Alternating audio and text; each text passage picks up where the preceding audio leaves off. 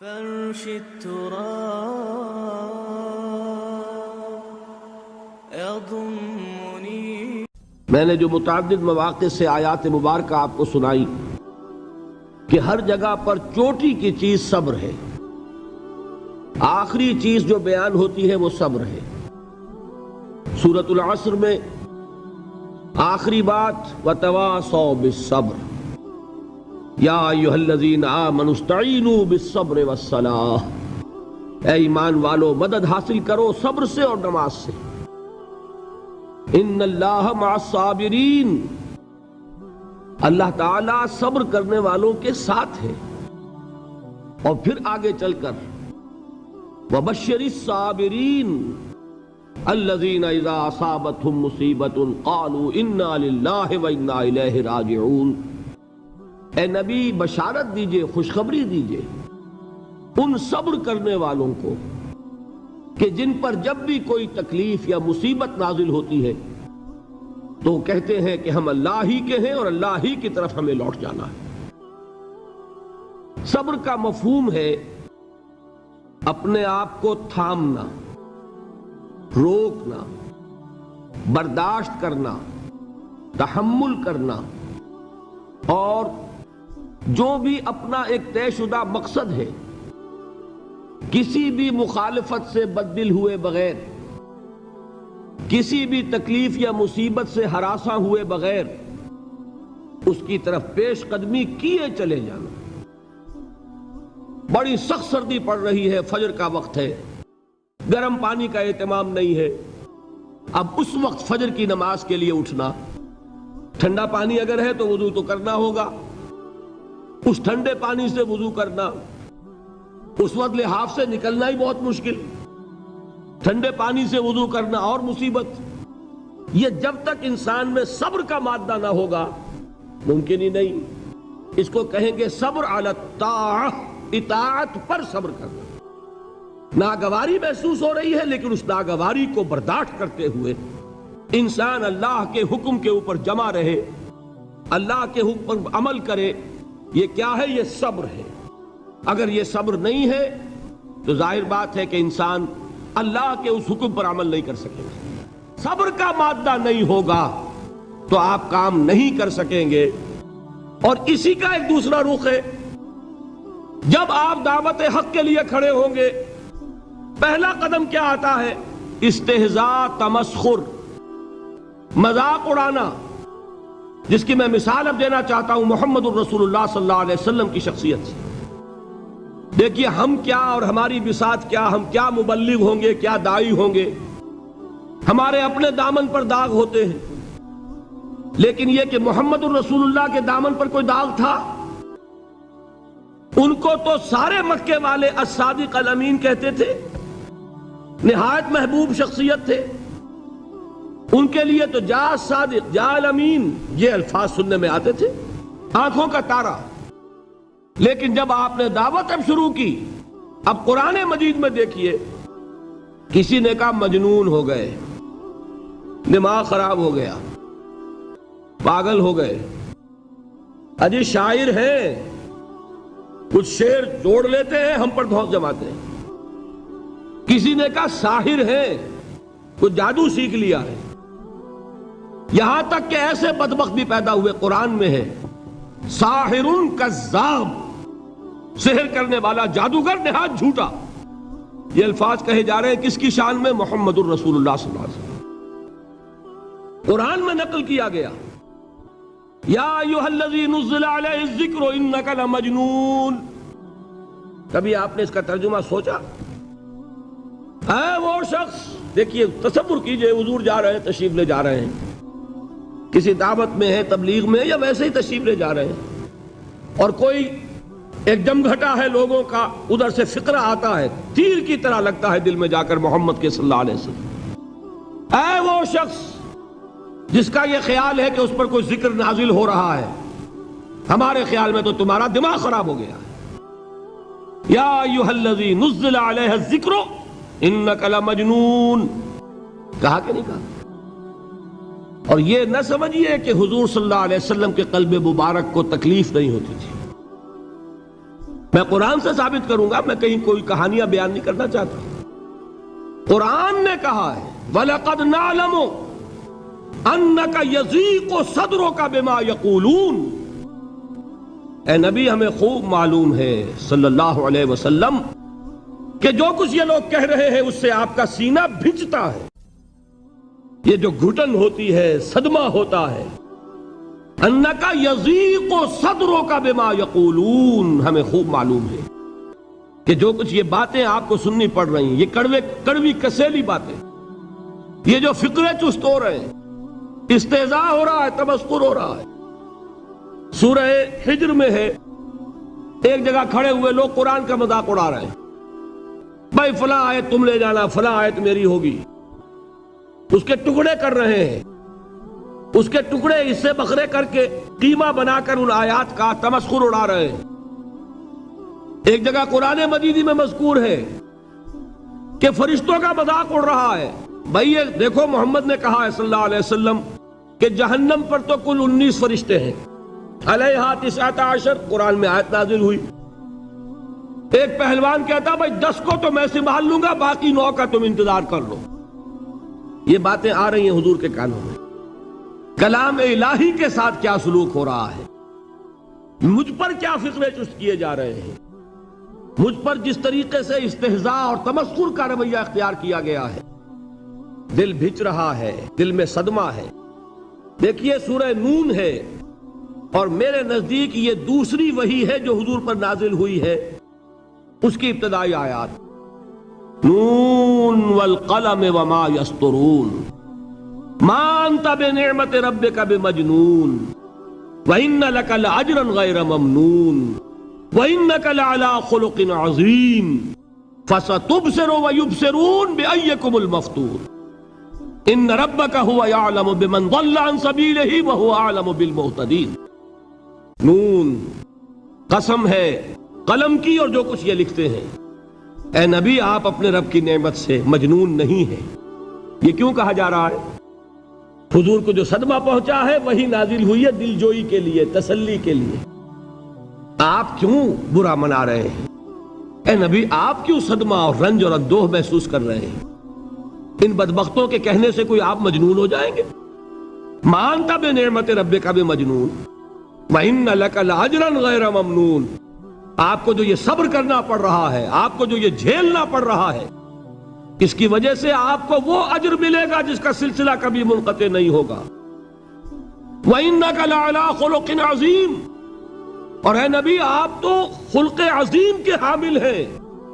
آپ کا اخلاق، آپ کا کردار، آپ کی سیرت، آپ کی شخصیت میں طہارت، نفاست، پاکیزگی، آج تک دنیا نے کوئی پاگل، کوئی مجنون ایسا بھی دیکھا؟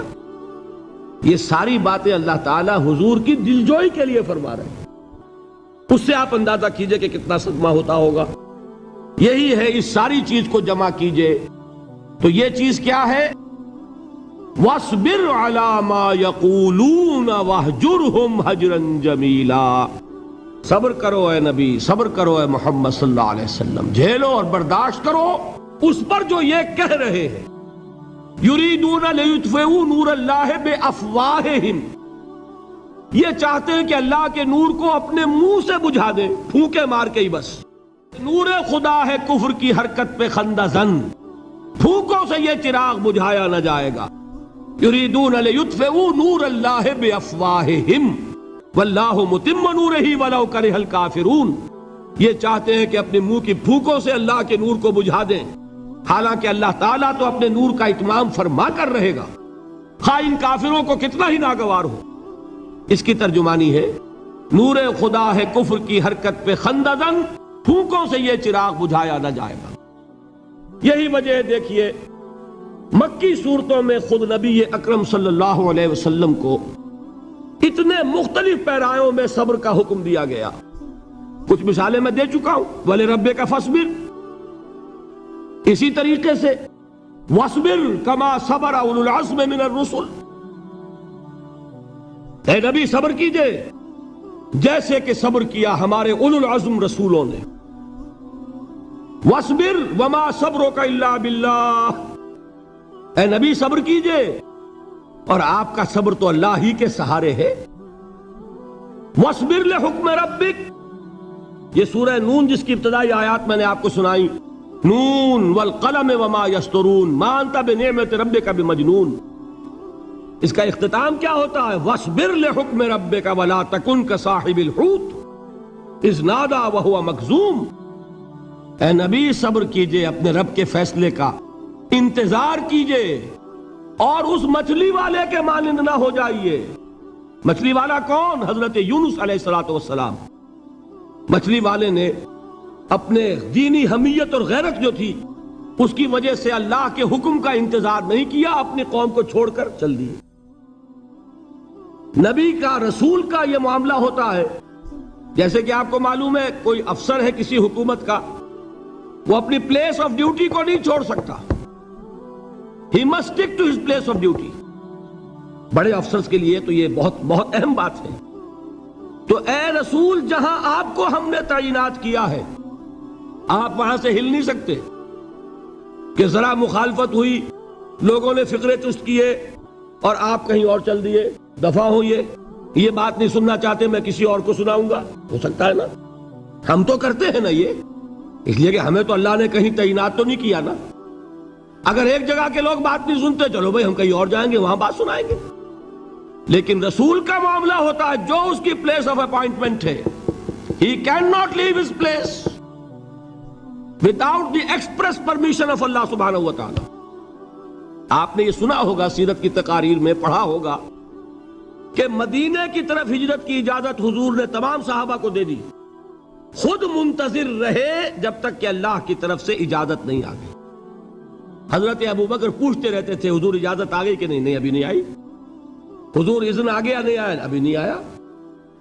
حبشہ کی طرف سب کو بھیج دیا، اجازت دے دی جو جانا چاہے چلا جائے. حضور کی صاحبزادی جو حضرت عثمان کے نکاح میں تھی وہ بھی ہجرت کر رہی، لیکن حضور تو نہیں گئے. رسول نہیں چھوڑ سکتا اپنی جگہ کو. یہاں تک کہ تمام تقریباً صحابہ چلے گئے، حضور رہ گئے، حضرت ابو بکر رہ گئے، حضرت علی رہ گئے. اور حضرت ابو بکر پوچھ رہے ہیں بار بار اجازت آئی یا نہیں؟ نہیں ابھی نہیں آئی. حضرت عائشہ نے واقعہ بیان کیا کہ ایک روز اچانک دوپہر کے وقت ہم نے دیکھا کہ حضور نے اپنے پورے جسم کو ڈھانپا ہوا ہے، چہرے کو بھی کپڑے میں ڈھانکا ہوا ہے اور تشریف لا رہے ہیں. یہ اس میں تعجب کی بات یہ کہ عرب میں آج بھی آپ کو معلوم ہے کہ یہ چیز جو ہے ان کی روایات کے خلاف ہے کہ دوپہر کے وقت کوئی کسی سے ملنے جائے. یہ وقت جو ہے قیلولے کا ہے، آرام کا ہے. تو این ٹھیک دوپہر کے وقت تشریف لائے حضور. آپ نے آ کے حضرت ابو بکر سے فرمایا کہ اجازت آ گئی ہے. حضرت ابو بکر نے بہت خوش ہو کر ایک بات کہی، حضور میں نے 2 اونٹنیاں تیار کی ہوئی ہیں. یعنی اب آپ وہ تو سوچتے تھے نا شاباش ملے گی کہ میں نے تیاری کی ہوئی ہے. میں نے 2 اونٹنیوں کو خوب کھلا پلا کے فربا کیا ہوا ہے، بڑی توانا ہے تاکہ ہم تیزی کے ساتھ سفر کر سکیں. حضور نے توقف کیا، فرمایا ہاں ٹھیک ہے، 1 اونٹنی میں استعمال کروں گا لیکن میں اس کی قیمت ادا کروں گا.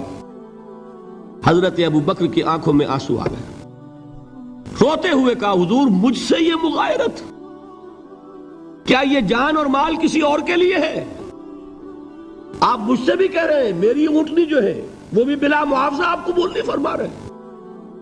یہ ہے محمد الرسول اللہ کی غیرت اور حمیت کا معاملہ. اب دیکھیے ایک بات عجیب ہے، یہ ربط اپنے ذہن میں رکھیے. اللہ تو صبر کی تلقین کر رہا ہے اپنے رسول کو، اور رسول یہی تلقین کر رہے ہیں اپنے صحابہ کو.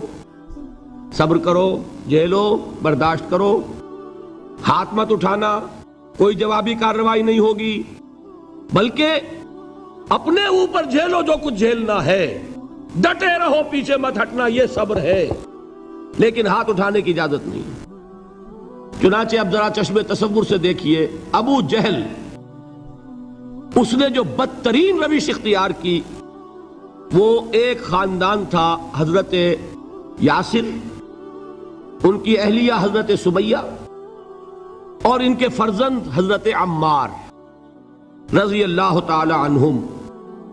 یہ غلام نہیں تھے. حضرت سمیہ تو کنیز تھیں لیکن یاسر غلام نہیں تھے.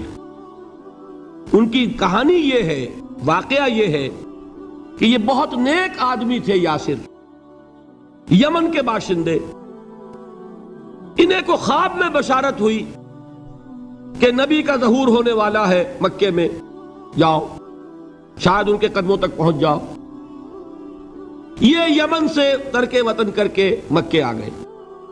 ابو جہل کا ایک چچا تھا، بہت شریف النفس انسان، اس کے ساتھ معاہدہ کیا حلیف بن کر، اور وہ مکے میں رہنے لگے۔ اس لیے کہ یہ نوٹ کر لیجئے، مکہ اس وقت ایک قبیلے کا شہر تھا، صرف قریش۔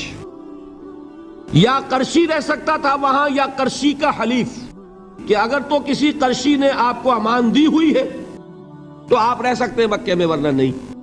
یا تیسرے قرشی کا غلام، غلام تو ملکیت ہی ہے اس کی، جیسے بھیڑ بکری ہے کسی قرشی کی، اسی طرح اس کے غلام ہے۔ یہ تین کیٹیگریز تھی انسانوں کی مکے میں۔ اسی کو نوٹ کیجئے کہ جو بیچارے غلام تھے وہ سب سے زیادہ ستائے گئے، اس لیے کہ غلاموں کے تو حقوق ہی کوئی نہیں تھے۔ بلال غلام تھے، ابو فقی غلام تھے، زنیرہ ایک کنیز تھی۔ ان کو جو ماریں پڑی ہیں اس کا آپ کو معلوم ہے۔ حضرت بلال کے ساتھ جو کچھ امیہ ابن خلف نے کیا، کہ جس طریقے سے کہ حیوانوں کی لاشیں جو ہے کھینچ کر گھسیٹ کر لے جائی جاتی ہیں، ان کی گردن میں رسی ڈال کر گھسیٹتے، اسی طریقے سے حضرت بلال کے گردن میں رسی ڈال کر ٹھیک دوپہر کے وقت مکے کی سنگلاخ گلیوں کے اندر گھسیٹا جاتا تھا۔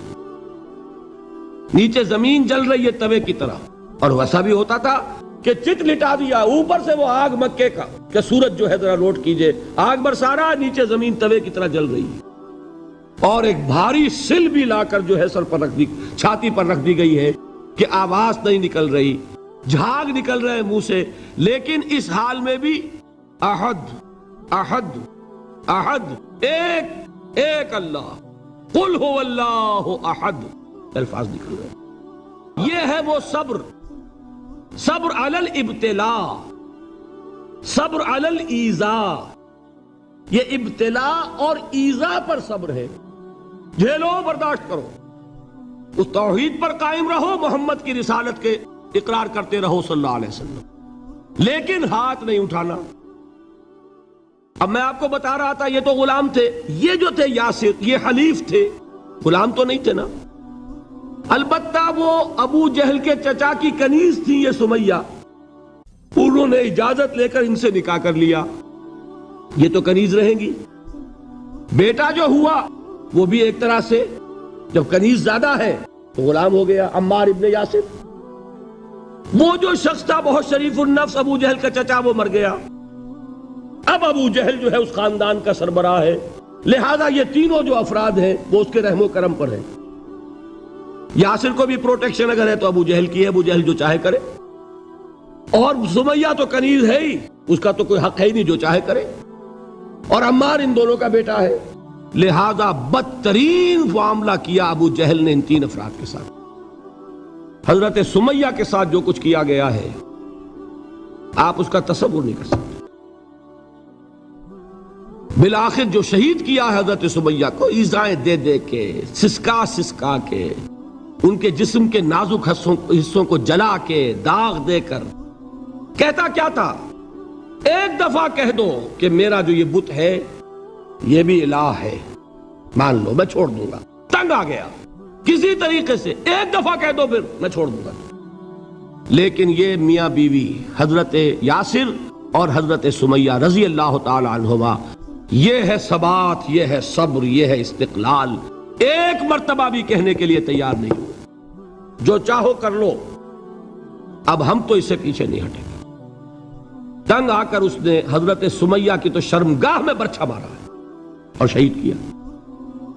حضرت یاسر کے بارے میں ایک روایت یہ ہے، ستا ستا کے، تنگ کر کر کے، آخر کار جو ختم کیا، انہیں شہید کیا کس طرح، 4 سانڈ اونٹ جوان، ان سے رسے باندھے، ایک رسے سے ایک بازو باندھا، دوسرے سے دوسرا بازو باندھا، تیسرے سے ایک ٹانگ باندھی، چوتھے سے دوسری ٹانگ باندھی، اور چاروں کو دوڑایا ہے کہ جسم کے پرخچے اڑ گئے۔ اس وقت سامنے سے حضور گزرتے تھے جبکہ آل یاسر کے ساتھ یہ معاملہ ہو رہا ہے، کیا فرماتے تھے؟ اسبروا یا آل یاسر فإن موعدکم الجنہ، اے یاسر کے گھر والوں صبر کرو، جھیلو، اس لیے کہ تمہارے وعدے کی جگہ جنت ہے۔ اللہ تعالیٰ ادھر آنکھ بند ہوگی ادھر جنت میں تمہارا داخلہ ہو جائے گا۔ یہ ہے تواصوا بالصبر، والعصر ان الانسان لفی خسر۔ یہ تواصوا بالصبر پر کون عمل کر رہا ہے؟ محمد الرسول اللہ صلی اللہ علیہ وسلم۔ دے تو بھی محمد کی صداقت کی گواہی۔ یہ صداقت کی گواہی دیتے ہوئے انہوں نے اپنی جانیں دے دی۔ 4 سے لے کر 12 تک 8 برس، اس کو کہتے ہیں پرسیکیوشن، فزیکل پرسیکیوشن، تشدد، مار پیٹ، جلانا، دہتے ہوئے انگاروں پر لٹانا، فاقے رکھنا، بھوکے رکھنا، ان کو ڈال دی گئی زنجیریں، گھروں میں بند کر دیا گیا نوجوانوں کو۔ حضرت عثمان کو چچا نے ان کے ایک چٹائی کے اندر لپیٹا اور دھونی دے دی، دم گھٹ رہا ہے، جان نکل رہی ہے۔ حضرت مصعب بن عمیر رضی اللہ تعالی عنہ، وہ نوجوان 200 درہم کا جوڑا ان کا سل کر آتا تھا شام سے تیار ہو کر، لباس معطر ہوتا تھا، جدھر سے نکل گیا پوری گلی جو ہے وہ معطر ہو گئی، انگلیاں اٹھ رہی ہیں، وہ جا رہا ہے مصعب، یہ خوشبو اس کی ہے۔ اس مصعب کے ساتھ کیا سلوک کیا؟ باپ تو مر چکا تھا، ماں نے پالا تھا، دولت بہت چھوڑ کر گیا تھا باپ، لہذا ماں نے بڑے ناز و نام میں پالا، بڑے لاڈ پیار میں 200 درہم کا جوڑا تیار ہو رہا ہے۔ لیکن یہ کہ آپ کو معلوم ہے عرب کے اس معاشرے میں عورت کی کوئی حیثیت نہیں تھی، ماں کا اختیار نہیں تھا، چچا تھا آپ سربراہ خاندان کا۔ چچا نے کہا مصعب، اگر تم نے اپنے باپ کا دین چھوڑ دیا ہے تو باپ کی دولت پر بھی تمہارا کوئی حق نہیں ہے، نکل جاؤ گھر سے۔ اس نے یہ سوچا تھا کہ مصعب کے ہوش ٹھکانے آ جائیں گے، دن میں تارے نظر آ جائیں گے، ناز و نام میں پلا ہوا گھر سے نکل کے جائے گا کہاں؟ یہ سارا نشہ جو ہے توحید کا یہ حیران ہو جائے گا۔ حضرت مصعب کا جواب بالکل برعکس تھا، اچھا ٹھیک ہے چچا جان، میں گھر چھوڑتا ہوں۔ وہی بات جو کبھی کہی تھی ابراہیم نے، باپ نے کیا کہا تھا؟ واجرنی ملیہ، جاؤ چلے جاؤ، دفع ہو جاؤ میری نگاہوں سے۔ حضرت ابراہیم نے کیا جواب دیا تھا؟ سلام علیک ساستغفر لک ربی انہ کان بی حفیہ۔ اچھا ابا جان، آپ کا حکم یہی ہے تو میں چلتا ہوں، آپ پر سلامتی ہو، میرا رب مجھ پر بڑا مہربان ہے، میں اس سے آپ کے لیے استغفار کروں گا، جلدی۔ یہی جو ہے حضرت ابراہیمی کی نسل ہے نا قریش۔ آج ابراہیم کے ایک بیٹے کے ساتھ وہی معاملہ ہو رہا ہے مصعب کے ساتھ، اور مصعب چلنے کے لیے تیار ہو گئے۔ چچا نے سوچا، میں سمجھتا تھا کہ ہوش ٹھکانے آ جائیں گے، یہ تو تیار ہو گیا نکلنے کے لیے۔ غصے میں آ کے اگلی بات کہی، یہ کپڑے جو پہنے ہوئے تم نے یہ بھی اسی مشرک باپ کی کمائی کے ہیں، اتارو ان کو۔ وہیں کپڑے اتارے، مادر زاد برہنہ گھر سے نکالے گئے۔ ماں کے پاس پہنچے، ماں نے آنکھوں پر ہاتھ رکھے، مصعب کیا ہوا؟ ماں سے کہتے ہیں کہ ماں میں موحد ہو گیا، اور وہاں سے گئے، پھر حضور کی خدمت میں کپڑے کہیں سے مانگے ہوں گے۔ یہ مصعب ہیں 200 درہم کا جوڑا پہننے والے۔ جب حضور پر مدینے کے 12 افراد ایمان لائے تھے، بیعت عقبہ اولا ہوئی، انہوں نے کہا کہ حضور ہمیں کوئی شخص اپنا ایسا شاگرد دیجئے جو ہمیں قرآن پڑھا سکے۔ حضور نے حکم دیا مصعب جاؤ، اب مدینے جاؤ، یثرب جاؤ، یثرب والوں کو قرآن پڑھاؤ، انہیں تبلیغ کرو۔ مصعب گئے ہیں وہاں، 1 سال کی کمائی 75 افراد لا کر حضور کے جھولی میں اگلے سال ڈال دیے کہ حضور یہ میری 1 سال کی کمائی ہے، 72 مرد 3 عورتیں۔ بہرحال وہ مصعب بن عمیر ہیں جو غزوہ احد میں شہید ہوئے، اور جب شہید ہوئے تو ان کے جسم پر صرف ایک چادر تھی۔ یہی چیزیں ہیں اصل میں کہ جو ہمارے دلوں کو منور کرنے والی ہیں نور ایمان سے۔ وہ علم بردار تھے غزوہ احد میں، جھنڈا مسلمانوں کا ان کے پاس تھا۔ ایک ہاتھ پر ایک شانے پر وار پڑا، ہاتھ کٹ گیا، دوسرے سے تھاما، دوسرے پہ کٹ گیا، اب دونوں حصوں کے بچے ہوئے ٹکڑوں سے جھنڈے کو تھاما، گرنے نہیں دیا، یہاں تک کہ شہید ہو گئے۔ گرے ہیں تو جھنڈا گرا ہے۔ شکل میں حضور سے بہت مشابہ تھے، خبر اڑ گئی کہ محمد شہید ہو گئے صلی اللہ علیہ وسلم۔ یہ مصعب بن عمیر کا واقعہ ہے۔ جب ان کو اب دفن کرنے کا وقت آیا، اور شہید کے لیے کفن جو ہے اس کا وہی لباس ہوتا ہے جو شہادت کے وقت ہو، حضور کے سامنے ایک پرابلم پیش کیا گیا، حضور مصعب کے جسم پر تو ایک چادر تھی، اور وہ چادر بھی اتنی چھوٹی ہے، یعنی 2 گز کی چادر بھی نہیں ہے۔ اس سے اگر سر ڈھانپتے ہیں مصعب کا تو پیر کھل جاتے ہیں، پیر ڈھانپتے ہیں تو سر کھلتا ہے۔ کیا کریں؟ حضور نے فرمایا سر ڈھانپ دو چادر سے اور پیروں پر گھاس ڈال دو۔ یہ آخری لباس ہے جو محمد کے اس دیوانے کو اس دنیا سے رخصت ہوتے ہوئے ملا ہے، جس کا 200 درہم کا جوڑا چلتا تھا۔ یہ ہے صبر۔ برداشت کیا کہ نہیں کیا؟ یہ خباب بن الارت پیشے کے لحاظ سے لوہار تھے۔ سوچئے ایک زندہ انسان کو دہتے ہوئے انگاروں پر لٹایا جا رہا ہے، ان انگاروں سے کھال جلی، کمر کی چربی پگھلی، اس پگھلنے والی چربی سے وہ انگارے ٹھنڈے پڑے۔ یہ سب کچھ جھیل رہا ایک شخص۔ سوچنے والوں نے سوچا نہیں ہوگا کیا جرم تھا ان کا؟ تو بڑا شریف آدمی ہے، بہت اچھا کاریگر ہے، وقت پر کام دیتا ہے، مناسب اجرت لیتا ہے، یہ کیا ہوا؟ یہ کوئی جرم نہیں، جرم صرف ایک ہے، ایک اللہ کو مانتا ہے اور محمد کے دامن سے وابستہ ہے صلی اللہ علیہ وسلم۔ فاستعینوا بالصبر والصلاۃ، مدد حاصل کرو کس سے؟ صبر سے اور نماز سے۔ ان اللہ مع الصابرین، جان لو کہ اللہ تعالیٰ صبر کرنے والوں کے ساتھ ہے۔ وَلَا تَقُولُوا لِمَنْ يُقْتَلُ فِي سَبِيلِ اللَّهِ أَمْوَاتٌ، اور ہرگز نہ کہو اسے جو اللہ کی راہ میں قتل ہو جائے کہ وہ مردہ ہے۔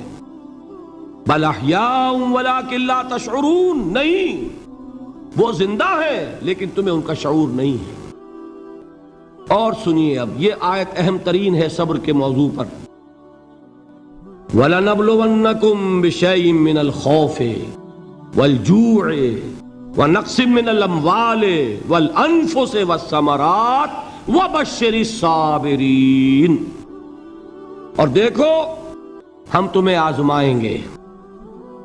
وَلَنَبْلُوَنَّكُمْ، ہم لازماً آزمائیں گے تمہیں، بِشَيْءٍ مِّنَ الْخَوْفِ، خوف کی کیفیت طاری کر کے، والجوع، بھوک، فقر اور فاقہ، ونقص من الاموال، مالی نقصان، والانفس، جانی نقصان، والثمرات، اور ثمرات، پھلوں اور میووں کا نقصان۔ میرے نزدیک یہاں پر ثمرات کا مفہوم ایک اور بھی ہے۔ ایک تو صاف تھا کھجور کی فصل تیار ہے، غزوہ تبوک جانے کا حکم مل گیا، کون اتارے گا؟ اور کھجور وقت پر اتری نہیں، برباد ہو جائے گی۔ یہ ہو رہا ہے نا میووں کا نقصان۔ اور میرے نزدیک یہاں یہ بھی ہے، بسا اوقات بہت سی محنتوں کا نتیجہ انسان دیکھتا ہے کہ ضائع چلا گیا، میں نے 10 سال محنت کی، حاصل کوئی نہیں نکلا۔ یہ ثمرات کیا ہیں؟ محنتیں، محنتوں کے ثمرات کا ضیاع۔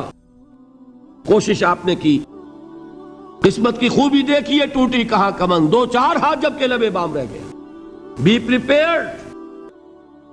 ایک شاعر کے یہ اشعار ہیں،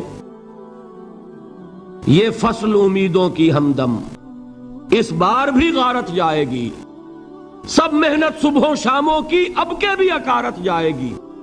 میرے نزدیک یہ ثمرات کا جو لفظ یہاں آیا ہے، وَنَقْصٍ مِّنَ الْأَمْوَالِ وَالْأَنفُسِ وَالثَّمَرَاتِ، سب محنت صبحوں شاموں کی اب کے بھی اکارت جائے گی۔ دھرتی کے کونوں کھدروں میں پھر اپنے لہو کی کھاد بھرو، پھر مٹی سینچو اشکوں سے، پھر اگلی رت کی فکر کرو، پھر اگلی رت کی فکر کرو، جب پھر ایک بار اجڑنا ہے۔ ایک فصل پکی تو بھر پایا، تب تک تو یہی کچھ کرنا ہے۔ ایک مقصد ہے سامنے، انقلاب برپا کرنا ہے۔ ایک کوشش ناکام ہو جائے کوئی پرواہ نہیں، نیکسٹ، پھر تیار رہو ناکامی کے لیے۔ ایسا نہ ہو جو انگریزی میں کہتے ہیں hope for the best but be prepared for the worst. ایسا نہ ہو کہ دوسری مرتبہ ناکام ہو کے بددل ہو جاؤ، تمہاری ہمتیں جواب دے جائیں، نہیں، پہلے سے تیار رہو کہ دوسری مرتبہ بھی ناکامی آئے تو آئے، لیکن جب تک کہ کامیابی حاصل نہیں ہوتی ہمیں یہ کام کیے چلے جانا۔ دیکھیے سیرت میں آیا کہ نہیں یہ واقعہ؟ بدر میں مسلمانوں کو فتح ہوئی تو احد میں زک پہنچی کہ نہیں؟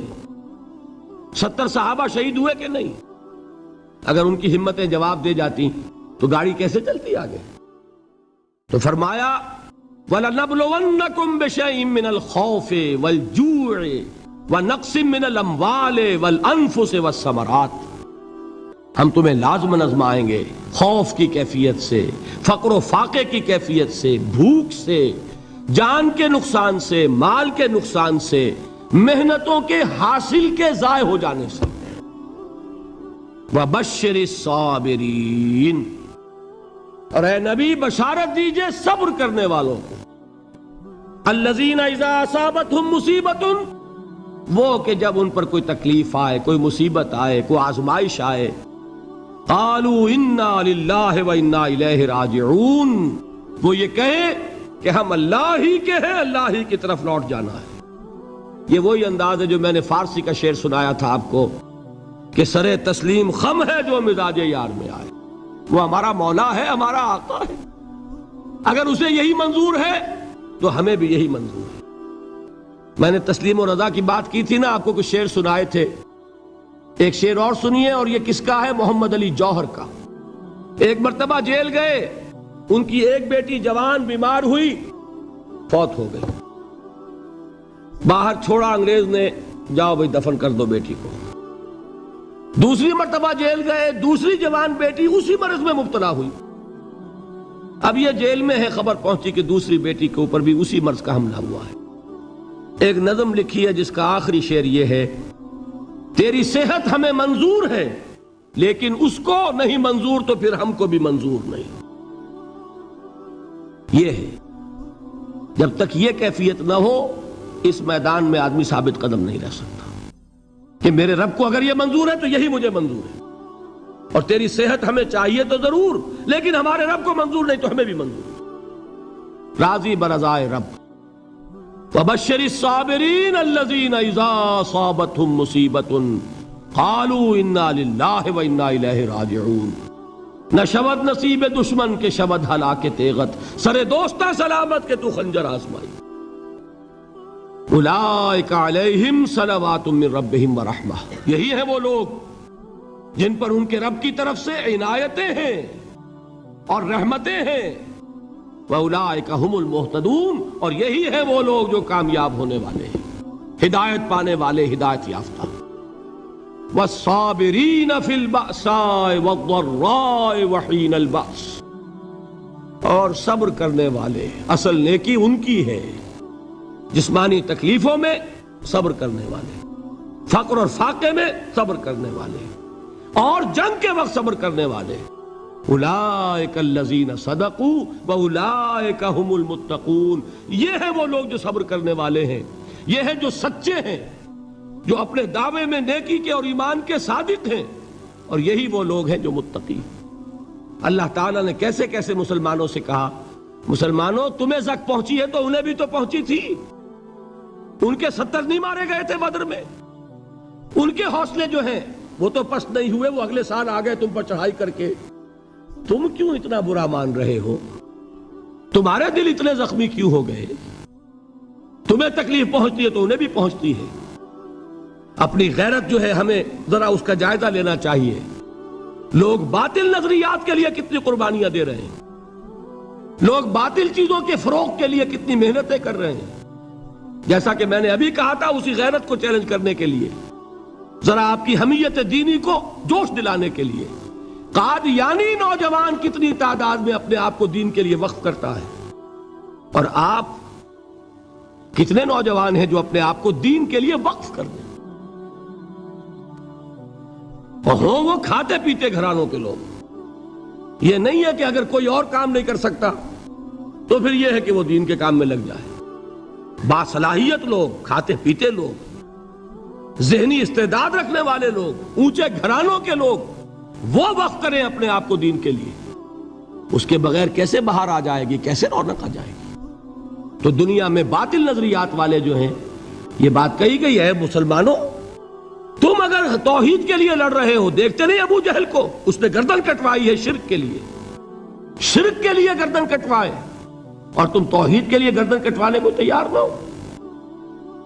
اس نے گردن کٹوائی کہ نہیں کٹوائی؟ اور کس طرح کٹوائی ہے؟ چونکہ بڑا متکبر قسم کا، فرعون قسم کا شخص تھا، جب گردن کاٹنے لگے تو کہتا ہے ذرا نیچے سے کاٹنا تاکہ جب تم نیزے کے اوپر چڑھاؤ میرے سر کو تو اونچا نظر آئے، معلوم ہو سردار کا سر ہے۔ وہ بدبخت مرتے ہوئے بھی جو اس کی یہ کیفیت تھی نا، اس کو ذہن میں رکھیے۔ تو یہ اس لوگوں نے قربانیاں دی، جانیں دی، تو فرمایا اگر تم ان سے زیادہ قربانی نہیں دو گے، جو نوٹ کر لیجئے اس کو، مجرد اگر حق کو غالب کرنا اللہ کے ذمے ہو تو آنے واحد میں غالب کر دے گا، تمہیں تکلیف ہی دینے کی ضرورت نہیں۔ سمجھ رہے؟ کیا اللہ کے مقابلے میں کوئی باطل کی طاقت ٹھہر سکتی ہے؟ یہ تمہارے ایمان کا امتحان ہے، یہ تمہارے خلوص کی آزمائش ہے، یہ تمہارے امتحان کا ثبوت درکار ہے کہ اللہ تعالیٰ دیکھنا چاہتا ہے تم اس کے لیے اپنی جانیں قربان کرنے کو تیار ہو کہ نہیں، تم اس کے لیے تن من دھن لگانے کو تیار ہو کہ نہیں۔ اور یہ جان لو کہ اگر کفار اور مشرکین اور ملحدین اور باطل نظریات والے وہ جو کچھ قربانیاں اپنے باطل نظریات کے لیے دے رہے ہیں، ان سے زیادہ اگر تم نہیں دو گے تو حق غالب نہیں ہوگا۔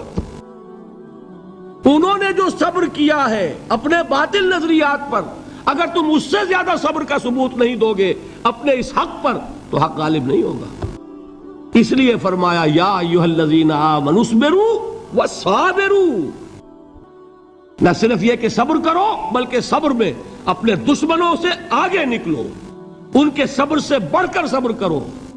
ورابطوا، مرابطہ کہتے ہیں چوکس رہنا، ہوشیار، پہرا دو، ایسا نہ ہو کہ دشمن جو ہے غفلت میں تمہارے اوپر کوئی حملہ جو ہے کر بیٹھے۔ واتقوا اللہ، اور اللہ کا تقوی اختیار کرو، لعلکم تفلحون، تاکہ تم فلاح پاؤ۔ یہ ہے حضرات تواصوا بالصبر۔ میں نے عرض کیا تھا ہر جگہ پر آپ کو چوٹی کی بات صبر ملے گا۔ آیت الکرسی، آیت البر جو میں نے آپ کو سنائی آخر میں، والصابرین فی الباساء والضراء وحین الباس، حامیم السجدہ، وما یلقاها الا الذین صبروا وما یلقاها الا ذو حظ عظیم۔ اس کے بغیر تو نہیں ہوگا۔